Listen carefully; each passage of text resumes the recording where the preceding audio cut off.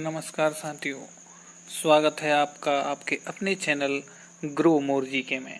और आज का हमारा टॉपिक है मध्य प्रदेश की जलवायु एवं ऋतुएं।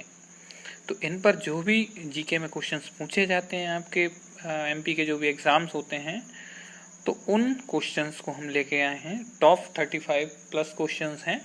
अगर आप ये क्वेश्चंस कर लेंगे तो मैक्सिमम श्योरिटी है कि आपको ये आंसर्स, आपको क्वेश्चंस ये पेपर में देखने को मिल जाएंगे। तो चलिए वीडियो को बिना किसी देर के शुरू करते हैं। शुरू करने से पहले आप चैनल को सब्सक्राइब जरूर कर लीजिए, जिससे कि आपको चैनल की ओर से आने वाली वीडियोस मिल पाए। चलिए शुरू करते हैं। तो देखिए, पहला क्वेश्चन है, मालवा पठार पर किस प्रकार की जलवायु पाई जाती है।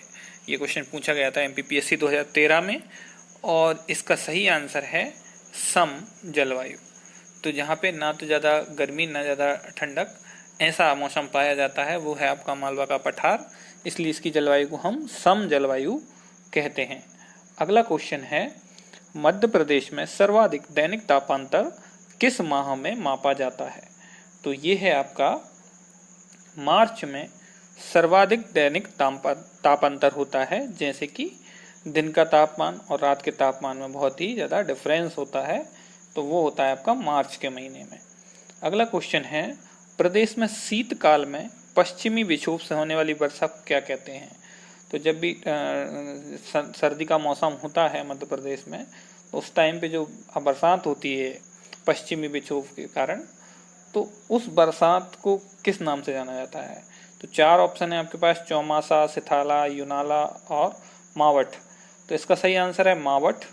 उसको मावठ बोला जाता है, जो ठंड में जो बारिश होती है। अगला क्वेश्चन है, ग्रीष्म ऋतु में कितने डिग्री सेल्सियस की समताप रेखा प्रदेश को दो बराबर भागों में विभाजित करती है। तो इसका सही आंसर है आपका 40 डिग्री की जो समताप रेखा होती है, वो प्रदेश को दो बराबर भागों में विभाजित करती है। नेक्स्ट क्वेश्चन है, मालवा पठार का सबसे गर्म महीना कौन सा है। तो इसका सही आंसर रहेगा आपका मई। मई मालवा पठार का सबसे गर्म महीना होता है। उसके बाद जो है बरसात का सीजन स्टार्ट हो जाता है। नेक्स्ट क्वेश्चन है, निम्न में से किस क्षेत्र को कर्क रेखा दो भागों में बराबर बांटती है। तो यह है आपका बघेलखंड का पठार। इसको कर्क रेखा दो बराबर भागों में बांटती है, और ऐसा भी कह सकते हैं कि कर्क रेखा जो है वो भारत को भी दो बराबर भागों में बांटती है। ठीक है। अगला क्वेश्चन है, न्यूनतम तापमान मध्य प्रदेश में कहाँ दर्ज किया जाता है। तो इसका सही आंसर है यह शिवपुरी। शिवपुरी में न्यूनतम तापमान दर्ज किया गया था, तो इसी को माना जाता है। अगला क्वेश्चन है, मध्य प्रदेश की एकमात्र ऋतु वेधशाला कहाँ पर स्थित है। तो इसका सही आंसर है आपका इंदौर। इंदौर में मध्य प्रदेश की एकमात्र ऋतु वेधशाला उपलब्ध है। निम्न में से कहाँ वर्षा बंगाल की खाड़ी एवं अरब सागर दोनों मानसूनों से होती है। तो दोनों मानसूनों से जो वर्षा होती है वो होती है आपकी विंध्य पर्वतीय क्षेत्र में, जहाँ पे कि बंगाल की खाड़ी और अरब सागर दोनों मानसूनों से वर्षा होती है। अगला क्वेश्चन है, मध्य प्रदेश में सर्वाधिक वर्षा कहाँ होती है। तो ये है आपका आंसर बी, पचमढ़ी। और कितनी होती है, लगभग 210 सेंटीमीटर। 210 सेंटीमीटर के आसपास वर्षा यहाँ पचमढ़ी में होती है। अगला क्वेश्चन है, मध्य प्रदेश में न्यूनतम वर्षा कहाँ होती है। तो ये है आपका भिंड का गौहद। यहाँ पे लगभग 55 सेंटीमीटर के आसपास वर्षा होती है, जो कि न्यूनतम है। अगला क्वेश्चन है, मध्य प्रदेश में सर्वाधिक तापमान कहाँ अंकित किया जाता है। तो ये ऑफिशियली जो रिकॉर्ड है वो है आपका गंजबासौदा। जैसे पिछले सीजन में भी हमने देखा है कि कहीं कहीं दूसरी सिटियों में भी और टेम्परेचर ज़्यादा निकल गया था, लेकिन ये गंजबासौदा जो है विदिशा जिले में है। यहाँ पे जो ऑफिशियली रिकॉर्डेड है कि यहाँ का जो टेम्परेचर था 48.7 डिग्री सेल्सियस, वो सबसे ज़्यादा माना गया है। अगला क्वेश्चन है, मध्य प्रदेश की जलवायु सामान्यता है तो किस तरह की है, वो 4 ऑप्शन दिए हैं आपको। तो ये है आपका ए ऑप्शन, उष्ण कटिबंधीय मानसूनी जलवायु, ये आपका सही आंसर रहेगा। उष्ण कटिबंधीय का मतलब क्या होता है कि उत्तर में जो है कर्क रेखा और दक्षिण में मकर रेखा, दोनों के बीच में स्थित होने से इसको हम बोलते हैं उष्ण कटिबंधीय आपका जलवायु, मानसूनी जलवायु। अगला क्वेश्चन था मध्य प्रदेश में ग्रीष्म ऋतु का समय कब होता है, गर्मियाँ कब पड़ती हैं। तो उसका जो सीजन का जो टाइम है वो है आपका मार्च से जून के बीच में जो है गर्मियों का सीजन माना गया है इन एमपी। अगला क्वेश्चन है मध्य प्रदेश की जलवायु को उष्ण कटिबंधीय स्वरूप प्रदान करने में कौन सा कारक प्रमुख रूप से उत्तरदायी है। तो इसका सही आंसर है, सिंपल है, कर्क रेखा।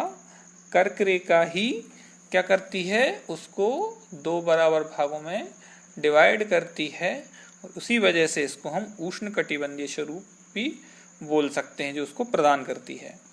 अगला क्वेश्चन है निम्नलिखित में से कौन सा कथन सत्य है। तो 4 ऑप्शन हैं आपके, देखिए पहला है मध्य प्रदेश में वर्षा ऋतु जुलाई से लेकर अक्टूबर तक रहती है, ये पहला है। दूसरा है मध्य प्रदेश में शीत ऋतु अक्टूबर से लेकर फरवरी तक रहती है। तीसरा है ग्रीष्म ऋतु प्रदेश में मार्च से जून तक रहती है। और चौथा है विंध्य क्षेत्र में प्रसिद्ध पर्यटक स्थल पचमढ़ी एवं अमरकंटक अवस्थित हैं। तो इनमें से कौन सा एक सही है, तो वो है आपका सी, जो ग्रीष्म ऋतु है वो हमारी मार्च से जून तक रहती है, अपने अभी पिछले क्वेश्चन में देखा था। अगला देखिए मध्य प्रदेश को वर्षा के आधार पर कितने भागों में बांटा गया है। तो इसका सही आंसर है आपका 4 भागों में। देखिए एक होता है आपका अधिक वर्षा वाला क्षेत्र, फिर एक होता है औसत से अधिक, तीसरा जो है वो है आपका औसत, और चौथा है वो आपका निम्न। तो इन 4 भागों में बांटा गया है। तो देखिए अधिक वर्षा वाला क्षेत्र जो है वो है दक्षिण पूर्वी क्षेत्र, जहाँ पे कि आपका पचमढ़ी महादेव पर्वत श्रृंखला ये हैं। तो यहाँ पे सबसे ज़्यादा वर्षा होती है आपकी, और जो हाईएस्ट रिकॉर्डेड अपनी वर्षा है वो भी आपकी पचमढ़ी में है, रिकॉर्डेड है। तो वो आपका दक्षिण पूर्वी क्षेत्र है। उसके अलावा औसत से अधिक वर्षा वाले क्षेत्र जो हैं वो हैं आपके बैतूल, होशंगाबाद, छिंदवाड़ा, सिवनी, मतलब पूर्वी क्षेत्र मध्य प्रदेश का। तो इसमें जो बरसात होती है वो होती है आपकी 125 सेंटीमीटर से 150 सेंटीमीटर के बीच में। फिर तीसरा क्षेत्र इसमें हमने माना गया है वो है आपका औसत वर्षा वाला क्षेत्र, और यहाँ पर जो बरसात होती है वो 75 से 80 सेंटीमीटर के बीच में होती है। और ये उत्तर पूर्वी क्षेत्र है, ठीक है। तो यहाँ पे आपका बुंदेलखंड का पठार होगा, रीवा पन्ना का पठार होगा, इस तरह का क्षेत्र जो है वो आपका औसत वर्षा वाले क्षेत्र में आता है। और निम्न वर्षा वाला क्षेत्र जो कहलाता है वो है आपका पश्चिमी क्षेत्र मध्य प्रदेश का, जहाँ पे 50 से 75 सेंटीमीटर की बरसात होती है। और इस क्षेत्र में आएगा आपका नीमच, मंदसौर, रतलाम, धार, इस तरह का जो क्षेत्र है वो आपका निम्न वर्षा क्षेत्र में आता है। तो ये 4 वर्षा क्षेत्र हैं आपके, पहला सर्वाधिक, दूसरा औसत से अधिक, तीसरा औसत और चौथा निम्न। अगला देखते हैं क्वेश्चन क्या है, निम्नलिखित समूह में से कौन सा समूह निम्न वर्षा वाले क्षेत्र के अंतर्गत आता है। तो ये निम्न वर्षा वाला क्षेत्र जो है वो है आपका भिंड, मुरैना, ग्वालियर।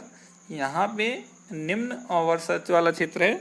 जैसे हमने देखा भी है कि भिंड का एक गोहद है, वहाँ पे सबसे कम वर्षा रिकॉर्डेड की गई है 55 सेंटीमीटर के आसपास। तो वो इन्हीं क्षेत्रों में है, तो इससे ध्यान रखिएगा। अगला है जलवायु के आधार पर मध्य प्रदेश को कितने भागों में बांटा गया है। ये देखिए पटवारी 2012 में पूछा गया क्वेश्चन है। तो ये है जलवायु के आधार पर भी 6 भागों में बांटा गया है। और अगला क्वेश्चन देखिए, सूर्य के उत्तरायण होने से मध्य प्रदेश की जलवायु में क्या परिवर्तन होगा। तो इसका सही आंसर है तापमान में वृद्धि। अब उत्तरायण का मतलब क्या होता है, उत्तरायण का मतलब होता है सूर्य का उत्तर की ओर जाना, और वो कहलाता है आपका उत्तरायण। पृथ्वी का जो है उत्तर की ओर जाना वो कहलाएगा आपका उत्तरायण। और ये 6 महीने का होता है, उत्तरायण और दक्षिणायन। तो 6 महीने दक्षिण की ओर जाती है, 6 महीने उत्तर की ओर जाती है। तो जब 6 महीने उत्तर की ओर जाती है तो वो आपका जो होता है दिन बड़े होते हैं और रात छोटी होती है, और जब दक्षिण की ओर जाता है तो क्या होता है, दिन छोटे होते हैं और रात बड़ी होती है। अगला क्वेश्चन है, सूर्य की किरणें किस रेखा पर लंबवत पड़ने पर मध्य प्रदेश में अधिक गर्मी पड़ती है? तो ये है आपकी कर्क रेखा। कर्क रेखा पर लंबवत पड़ना मतलब उसके ऊपर जब सूर्य पड़ता है तो आप देखेंगे कि 2 दिन ऐसे होते हैं साल में जब आपकी परछाई जो होती है वो शून्य हो जाती है एक समय पे। वैसे हर दिन नहीं होती, हर दिन कुछ ना कुछ आपकी परछाई रहेगी, आपके आगे ना पीछे कहीं ना कहीं पे सूर्य पूरा लंबवत नहीं होता, लेकिन साल के 2 दिन ऐसे होते हैं जिनमें सूर्य लंबवत होता है। तो वो लंबवत किस चीज के लंबवत होता है? वो होता है कर्क रेखा के लंबवत। जलवायु के आधार पर मध्य प्रदेश में कितनी ऋतुएं पाई जाती हैं? तो ये 3 ऋतुएं पाई जाती हैं। आप सीधी सीधी सी सिंपल है। एक आपका गर्मियों का सीजन होता है, एक सर्दियों का सीजन होता है, तीसरा आपका वर्षांत का सीजन होता है, वर्षा ऋतु। तो ऐसे तीनों ऋतु हैं आपकी, सर्दी, गर्मी और वर्षा। अगला क्वेश्चन है, मध्य प्रदेश का सर्वाधिक वर्षा वाला स्थान निम्नलिखित में किस पठार में अवस्थित है? तो ये विंध्य पर्वतीय क्षेत्र, इसमें एक ही ऑप्शन दिया था तो वहीं पर है। अगर इसमें सतपुड़ा भी देते तो और विंध्य नहीं देते तो आप सतपुड़ा वाला भी आप ऑप्शन को चूज कर सकते थे, क्योंकि ये दोनों ही क्षेत्र के बीच में सर्वाधिक वर्षा होती है। अगला क्वेश्चन है, निम्नलिखित में से किस क्षेत्र में ग्रीष्म ऋतु में अत्यधिक गर्मी तथा सर्दी में साधारण ठंड पड़ती है?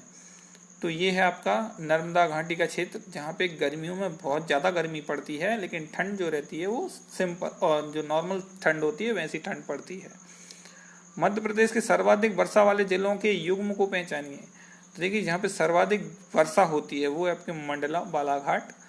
तो मंडला बालाघाट जो जिले हैं वहाँ पे सर्वाधिक वर्षा रिकॉर्डेड की जाती है। निम्नलिखित में से किस माह के समूह को मध्य प्रदेश में द्वितीय ग्रीष्म ऋतु कहा जाता है?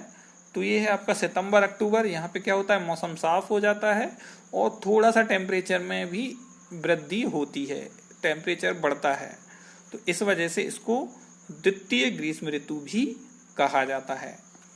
अगला क्वेश्चन है, प्रसिद्ध पर्यटक स्थल पचमढ़ी और अमरकंटक राज्य के किस जलवायु प्रदेश में सम्मिलित हैं? ये देखिए, ये क्वेश्चन भी पूछा गया है 2014 MPPSC में। तो इसका सही आंसर है विंध्य पर्वत श्रेणी। विंध्य पर्वत श्रेणी में आपका पचमढ़ी और अमरकंटक जो आता है। अगला क्वेश्चन है, मध्य प्रदेश में वर्षा निम्न में से किस मानसून के कारण होती है? तो ये दोनों ही चीजों का मानसून आता है आपका, बंगाल की खाड़ी और अरब सागर। तो इसको जो आंसर सी रहेगा वो रहेगा आपका ए और बी। अगला क्वेश्चन है, जुलाई माह में राज्य में सर्वाधिक तापमान कहाँ अंकित किया जाता है? तो यह है आपका ग्वालियर में सर्वाधिक तापमान अंकित किया जाता है। मध्य प्रदेश में अधिकांश वर्षा किन महीनों में होती है? तो ये होती है आपकी जून से सितंबर के बीच में मध्य प्रदेश में सर्वाधिक वर्षा होती है। चक्रवात के कारण मध्य प्रदेश के किस भाग में वर्षा होती है? तो ये है आपका उत्तर पश्चिम क्षेत्र, वहां पे चक्रवात के कारण मध्य प्रदेश के हिस्से में वर्षा होती है। अगला क्वेश्चन है, निम्न में से कौन सा क्षेत्र चक्रवात से प्रभावित होता है? तो ये है आपका भोपाल। भोपाल जो है वो आपका उसी क्षेत्र में आता है जहाँ पे चक्रवात का प्रभाव पड़ता है। अगला क्वेश्चन है, निम्न में से किस क्षेत्र की जलवायु को सम जलवायु कहा जाता है? देखिए, MP फॉरेस्ट में भी पूछा गया, ये क्वेश्चन पहले भी पूछा गया था। तो इसका आंसर होगा आपका मालवा का पठार। मालवा के पठार का जो जलवायु है वो है सम जलवायु, ना ज़्यादा गर्मी भी ज़्यादा तेज नहीं पड़ती है और ना ही ज़्यादा जो ठंड होती है, जो सर्दी होती है वो भी ज़्यादा तेज नहीं होती है। अगला क्वेश्चन देखिए, राज्य में न्यूनतम तापमान किस माह में दर्ज किया जाता है? तो ये है आपका दिसंबर। दिसंबर में सर्वाधिक तापमान दर्ज किया जाता है। मालवा पठार पर वर्षा किस मानसून के कारण होती है? तो इसका सही आंसर है, ये अभी हमने देखा, बंगाल की खाड़ी और अरब सागर। निम्न में से किस तारीख से सूर्य दक्षिणायन होने लगता है? देखिए इस क्वेश्चन को याद रखिए, साल में 2 बार, एक बार उत्तरायण एक बार दक्षिणायन, जब कि सूर्य कैसा होता है, लंबवत होता है, किसके, कर्क रेखा के। तो वो जो तारीख है दक्षिणायन की वो है आपकी 23 सितंबर। 23 सितंबर को सूर्य दक्षिणायन होता है, और उत्तरायण जो होता है वो होता है आपका 21 मार्च को। तो 21 मार्च और 23 सितंबर ये दोनों डेट आप याद रखिए। इन दोनों डेट्स में जो है सूर्य उत्तरायण और दक्षिणायन होता है क्रमशः। मध्य प्रदेश का कौन सा क्षेत्र निम्न वर्षा वाले क्षेत्र के अंतर्गत आता है? तो ये है आपका पश्चिमी क्षेत्र जो है मध्य प्रदेश का, वो निम्न वर्षा वाला क्षेत्र है। ठीक है, तो आज के हमारे इस वीडियो में इतने ही क्वेश्चंस थे। बहुत इंपॉर्टेंट क्वेश्चन है, बहुत कुछ क्वेश्चन ऐसे हैं वो बार बार पूछे गए हैं, तो आप अगर इनको याद रखेंगे तो अगले एग्जाम में बिल्कुल सक्सेसफुल रहेंगे। और वीडियो अगर अच्छा लगता है तो वीडियो को लाइक जरूर कर दीजिएगा और अपने दोस्तों के साथ शेयर जरूर करिए। थैंक यू दोस्तों।